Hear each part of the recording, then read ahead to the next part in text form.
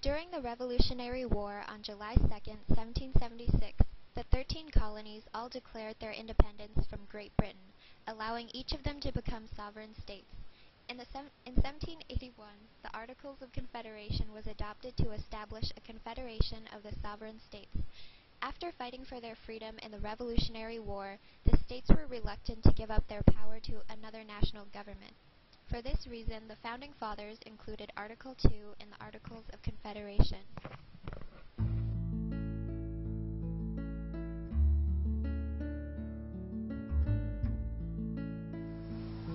With very little powers, the central government eventually became too weak to function. The solution was to create a stronger national government that could sustain itself, and thus in 1789 the United States Constitution was created. But again, the problem of whether or not the states would ratify it came up. It's time we change our government and make it more powerful so that it can actually work and survive. Yeah, right. Another way for the government to steal away our rights. Now, if you'll excuse me... Now, hold up. Here we got a proposal for y'all.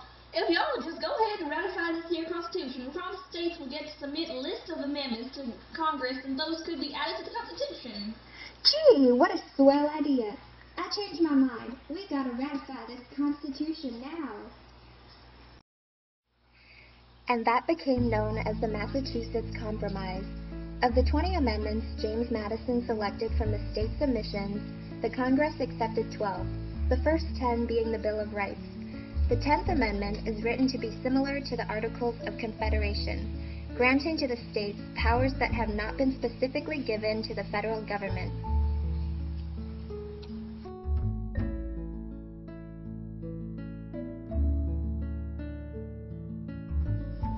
The 10th Amendment had established the idea that the federal government should play a limited role in people's lives, but after the Great Depression, when people began relying on the government more than ever, that notion began to fade away as Americans allowed the federal government to play a larger role in their lives. Apples, get your apples here. Sweet, deliciously crispy apples for a nickel each. Please come buy some, please come buy some. Hey Charlie, why are you selling apples? Thanks to this depression, I've lost my job at the factory. That's terrible. But hey, haven't you heard of the CCC? The what? The Civilian Conservation Corps. Thanks to Roosevelt, young men like you and I can earn a living planting trees and laboring. Trust me, I've done it and came out in the best shape of my life. Look! They'll even provide you with free meals. I say, the government sure is stepping up. Wow, that sounds great. I'll finally have a job again. Since then, the government has gained the power to play an increasingly large role, regulating many things that were once regulated by the states, including industry and labor unions. The government has been able to do so by taking advantage of 3 clauses in the United States Constitution: the Commerce Clause, the Taxing and Spending Clause, and the Necessary and Proper Clause, which grant the government enormous power over the states. It would not be so easy for the government to do so if congressional powers were only those expressly written in the Constitution.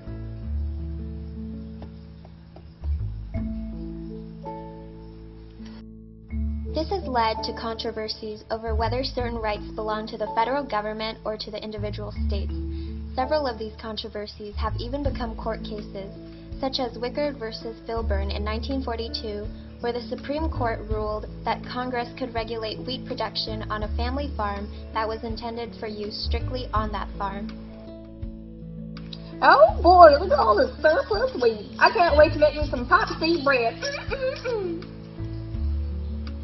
Excuse me, sir, what exactly do you think you're doing?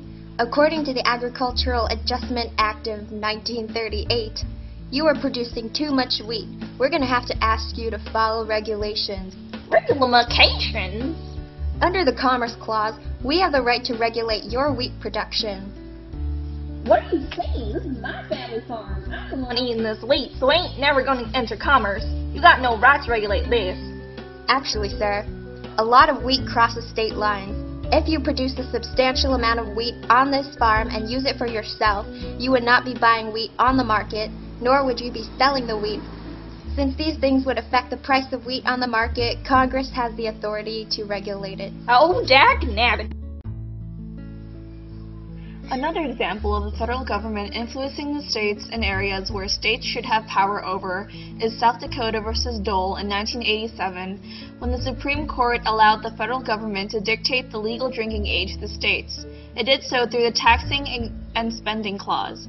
The federal government had passed a law suspending 10% of highway funds from any state that refused to pass a law setting the legal drinking age at 21.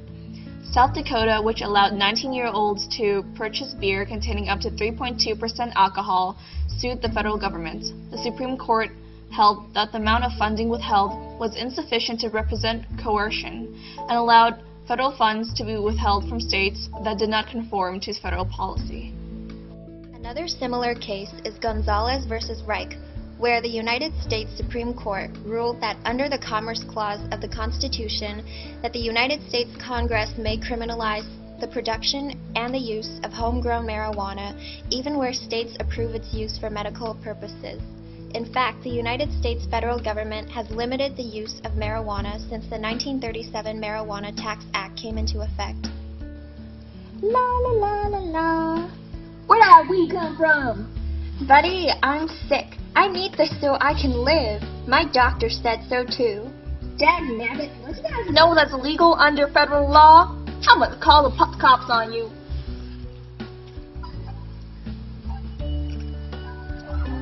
I'm gonna sue you out. She lost the case.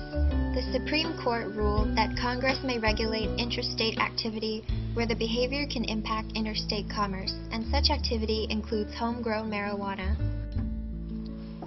One of the current topics of controversy under the Obama administration is in regards to an application of the 10th Amendment to state medical marijuana laws.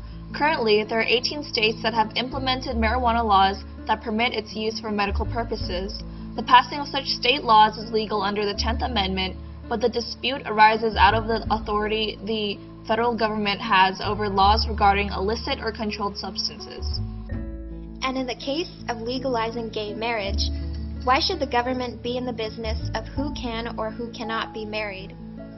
This has been a problem because people believe that because of the legalization of same-sex marriage in California, it affects their traditions and beliefs, and some people even expect the federal government to fix it. However, the federal authorities are not allowed to act on anything that is outside of what the Constitution permits the federal government to do. The federal government isn't given the power to regulate, approve, deny, or anything else in regards to people's marriage choices. The debate is still ongoing, but people are definitely now not afraid to show how they feel and still want the government to act on it. Today, the 10th Amendment and idea of limiting the federal government's power has been severely weakened in many ways through gradual changes over the last 150 years. The Necessary and Proper Clause gives Congress power to make any new laws that are necessary and proper for it to carry out its business. The Supreme Court has unfortunately gone along with this, as have the American people, and allowed Congress to take a much greater degree of control in their lives than was intended by the founders. But still, the states determine the rules for marriages, divorces, driving licenses, voting, state taxes, job and school requirements, rules for police and fire departments, and many more. The 10th Amendment is brilliant in that the founders knew it was easier to make changes in the government at the local levels, and more importantly, it also ensures that each state retains its freedom, power, independence, and sovereignty.